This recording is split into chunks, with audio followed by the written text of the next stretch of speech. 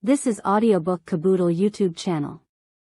Click on the subscribe button and listen unlimited audiobooks anytime, anywhere. Manners for Men by Mrs. Humphry. Chapter 2. In the Street. The rule of the road is a simple one, though it is often forgotten or neglected. Keep to the right. Easy enough for women, it is complicated in the case of men by the necessity of always remaining on the curb side of any lady they may be accompanying. Should the lady keep to the right in meeting or in passing other persons, her escort may either keep by her or go out in the road.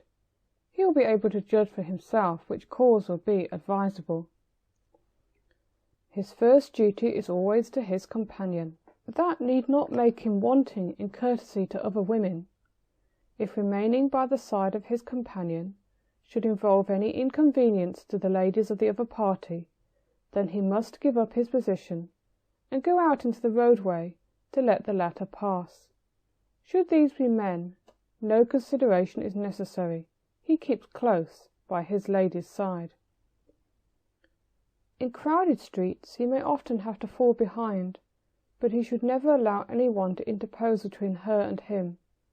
Should the pressure from the crowd become extreme, his duty is to protect her from it as much as possible, but never by putting his arm round her waist. A hand on either side of the lady's shoulders is usually sufficient. In meeting acquaintances, a nod is sufficient for a male friend, unless his age or position is such as to render it advisable to raise the hat. Should a lady be with the acquaintance, any man meeting them must raise his hat. So must the individual walking with the lady. The etiquette of bowing is a simple one. Male acquaintances always wait for acknowledgment on the part of female, as well as from those men who are their superiors in age or position. But this does not mean that they are shyly to look away from them and to ignore them.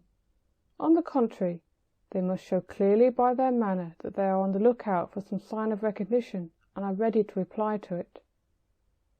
Shyness often interferes with this and makes a young man look away, and this is occasionally misconstrued as an indifference and resented as such. The calm, quiet, collected expression of face that suits the occasion is not achieved at once. Sometimes the over-anxiety to make a good impression defeats itself, producing a blushing eagerness better suited to a girlish than a manly countenance. This, however, is a youthful fault that is not without its ingratiating side, though young men view it in themselves and in each other with unbounded scorn. This sentiment of self-contempt is a frequent one in young people of both sexes. Their valuation of themselves varies as much as the barometer. It is as much affected by outward causes. After a snub, real or fancied, it goes down to zero, but as a rule it speedily recovers itself, and in most young men enjoys an agreeable thermometer of 85 degrees or so in the shade. The well-mannered man never puts out his hand in greeting until a lady extends hers. This is a test of good breeding that is constantly applied. To those uninitiated in the ways of society, it would naturally appear the right thing to give as cordial a greeting as possible. Therefore the hand is held out, even on introduction to a perfect stranger. This is wrong. The first move in the direction of cordiality must come from the lady, the whole code of behaviour being based on the assumption that she is the social superior. The same holds good with elders and men of higher rank. When a man is introduced to these, he raises his hat and bows, though slightly. It is only to kings and princes that a low bow is made, or to those whose character and eminent position render an introduction to them a very high honour. In introducing two men to each other, the name of the inferior is mentioned first. By the inferior, I mean the younger, the less important, or of lower rank. Suppose one of the two to be a familiar friend, and another a comparatively new acquaintance, then formality requires that the familiar friend shall be introduced to the other, being named first. The reason for this is that one naturally stands more on ceremony with the man one knows least. There may be counteracting circumstances, however, which would tend to reverse this order of things, but as a general rule, the social rank of both being equal, the above holds good. Never introduce a lady to a gentleman, but always the gentleman to the lady. That is, mention the man's name first, addressing yourself to the woman. Thus, allow me to introduce my friend Mr. Smith, Miss Jones, and follow this up immediately by saying, Miss Jones, addressing Mr. Smith as you do so. It is a grave solecism to begin by introducing the lady. Trials very naturally conclude that the lady's name should be first mentioned, but on thinking it over they will soon perceive that to do so would infer that she is the lesser consideration of the two. It must always be borne in mind that the assumption of women's social superiority lies at the root of these rules of conduct. It is bad manners to introduce people without permission, nor must this permission be asked in the hearing of the second party. If Mr. A wishes to know Miss B, the lady's leave must be obtained before he can be presented to her. The only exception to this rule is at a dance or ball, where introductions need not be regarded as leading to acquaintanceship. They are only for the dance, and may be ignored next day. Here again it is the lady's privilege to ignore her partner, if she choose. But if she should bow to him, he must raise his hat, whether he desires to follow up the acquaintanceship or not. Objections more frequently arise on the woman's side, but should a man prefer to drop the matter, he can manage to convey in his manner a disinclination to do so, yet behave with perfect politeness. A man I knew was once introduced at a ball to a girl, with whom he had danced 2 or 3 times. Before he met her again, he heard that she had been actively concerned in circulating a slander about another girl, whom circumstances had misrepresented. I happened to see the next meeting between the two. The girl bowed, smiled, and showed some sign of an intention to stop and talk. The man raised his hat, looked extremely solemn and unsociable, and passed on. It was enough. The girl understood that he did not wish to resume the ballroom acquaintanceship, and very probably guessed why. He did it beautifully. Before leaving the subject of the promenade, I must clearly explain that the hat must be raised even in saluting a very familiar friend. If A, that friend is accompanied by a lady, and B, when one is oneself accompanied by a lady, even if she be only a mother or sister, it is one of the signs of caste that a man is equally polite to his relatives as he is to the relatives of others. We all know what to think of a man who omits small social duties where his wife is concerned, even when he proves by paying them duly to other women that he is aware of what he ought to do. He is at once set down as ill-bred, a cad, in fact. I once saw a Lord Mayor of London enter his carriage before his wife, who scrambled in after him as though well accustomed to do so. One does not expect the refinement of good manners and civil dignitaries as a rule, but this little action told the spectators more about the man than they would ever have found out in the newspapers. They at once perceived that he was unversed in the ways of good society. But some may suggest that this may have been on some state occasion, when his mayoral dignity obliged him to precede his wife. No, it was after a wedding. And besides, can any one fancy the Prince of Wales in any circumstances entering his carriage without having previously handed in the princess, should she be his companion? If accompanied by a dog, or dogs, their owner must hold himself responsible for their good behaviour. If his pets trespass in any way, he must apologize for them, and do his best to repair any damage they have done. Should one of his dogs jump on a lady and make her gown muddy, he must offer his services and endeavour to get rid of the traces of the accident. If the lady wishes, should she show a disinclination to accept his aid, he must at once withdraw, raising his hat as he does so. Should his dog attack another dog, he must immediately call him off, administer correction, and apologize to the owner of the dog assaulted. I saw a young man once, in these circumstances, beat the other dog after his own had jumped on it and bitten its ear.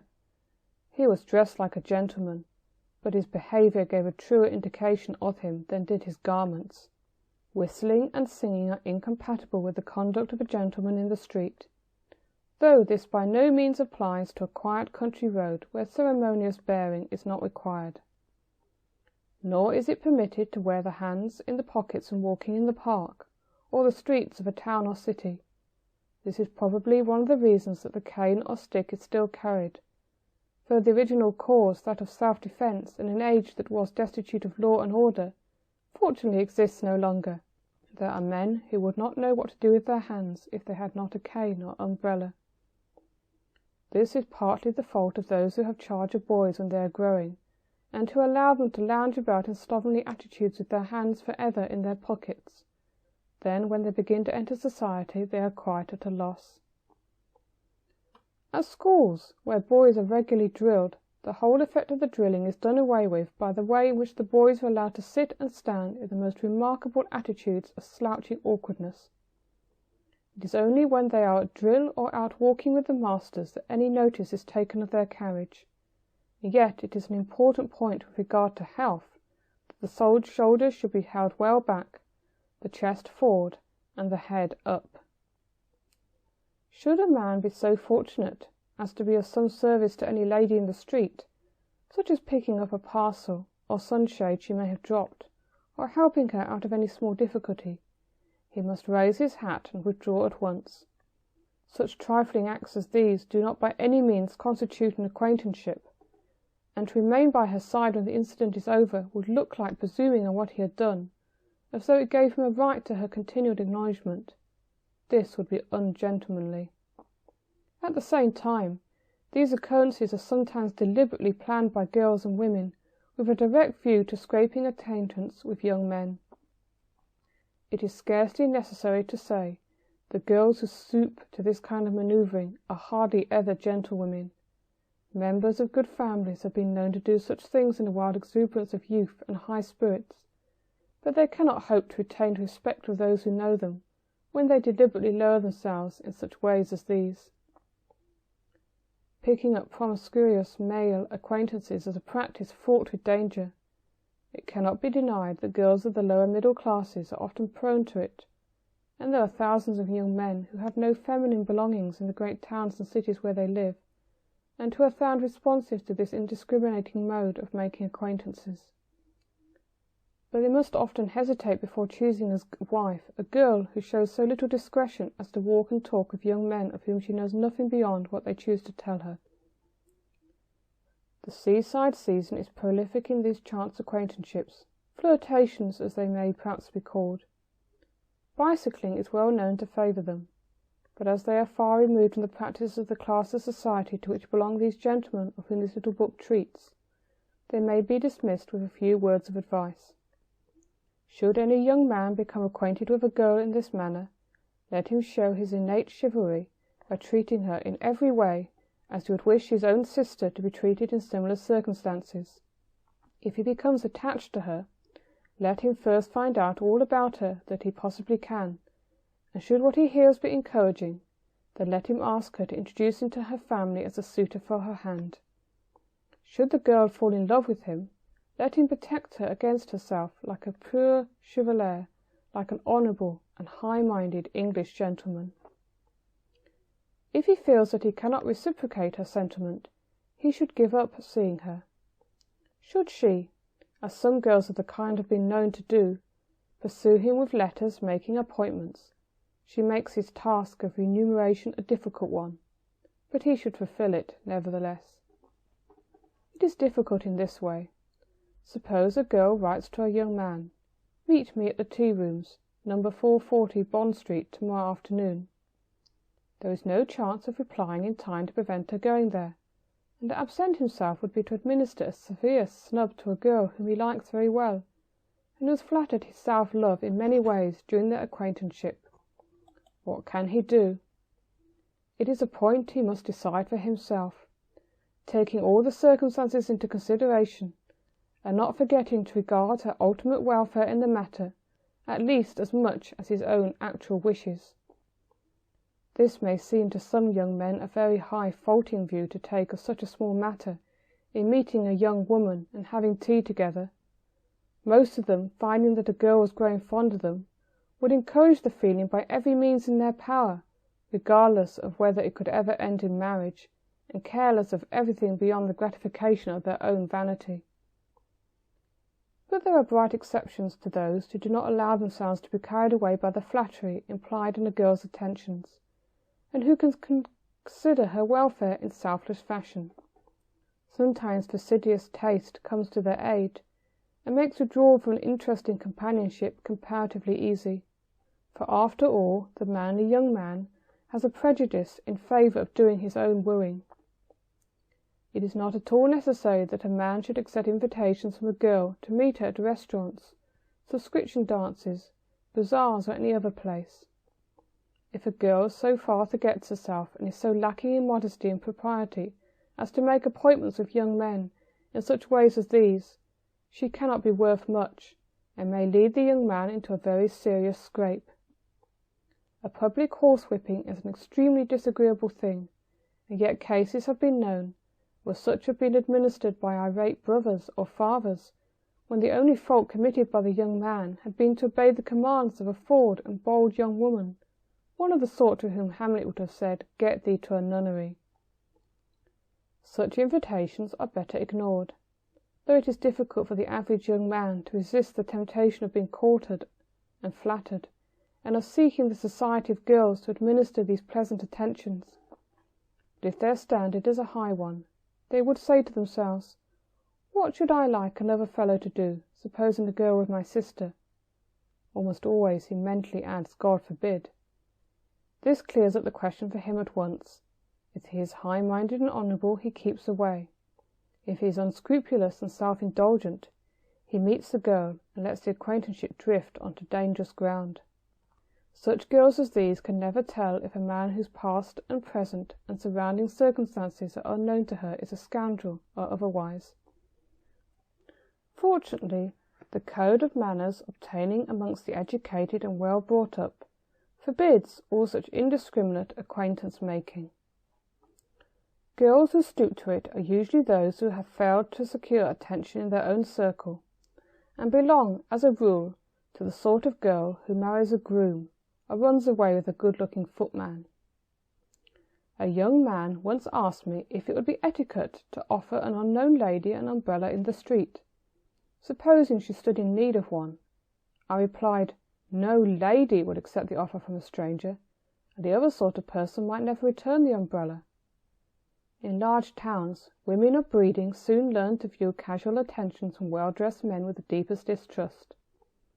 They would suffer any amount of inconvenience rather than accept a favour from a stranger, knowing that so many men make it their amusement to prowl about the streets, looking after pretty faces and graceful figures, and forcing their attentions on the owners. Contemptible curs they are, whether young or old, and they are of all ages. Very young girls have sometimes extremely unpleasant experiences with such men, not only in the streets, but in omnibuses, trams, and trains. Cultivating a gentlemanly exterior, they can yet never be gentlemen, and a good, pure woman finds something hateful in the look of their eyes, the whole expression of their faces. It cannot be denied, however, that there is a corresponding class of women and girls who make promiscuous male acquaintances in the streets, and a young man learns to distinguish these from respectable members of the community almost as soon as a young girl learns to dread and fear the prowling man. The existence of such a state of things makes self-respecting women most careful to accept no advances from a stranger, and the true gentleman, understanding this, refrains from offers of assistance that he would gladly make were society so constituted as to be free from such pests as the above. In passing ladies on the promenade, in the street or park, if a man chance to be smoking, he always takes his cigar from his mouth, replacing it when the lady or ladies have passed on.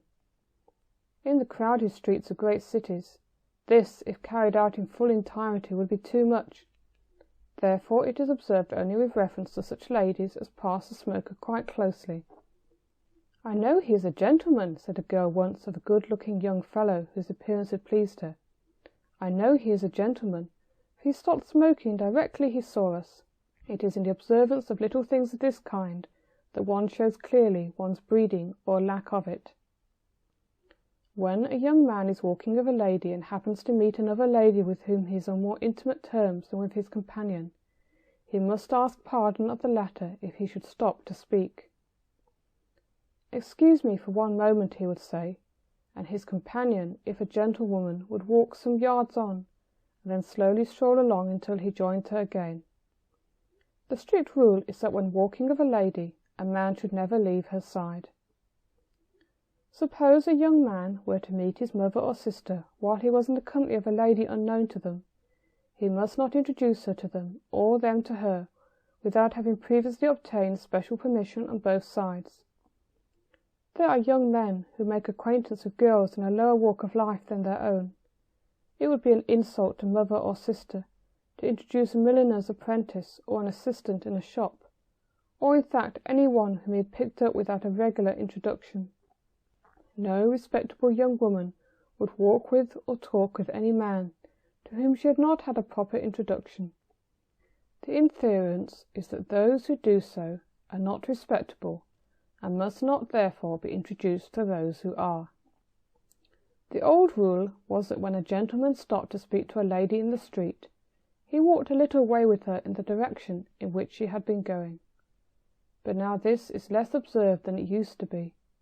The lady herself, if she wishes the conversation to be a short one, stops at once, knowing that it would be easier for a man to terminate in these circumstances than if he were sauntering by her side.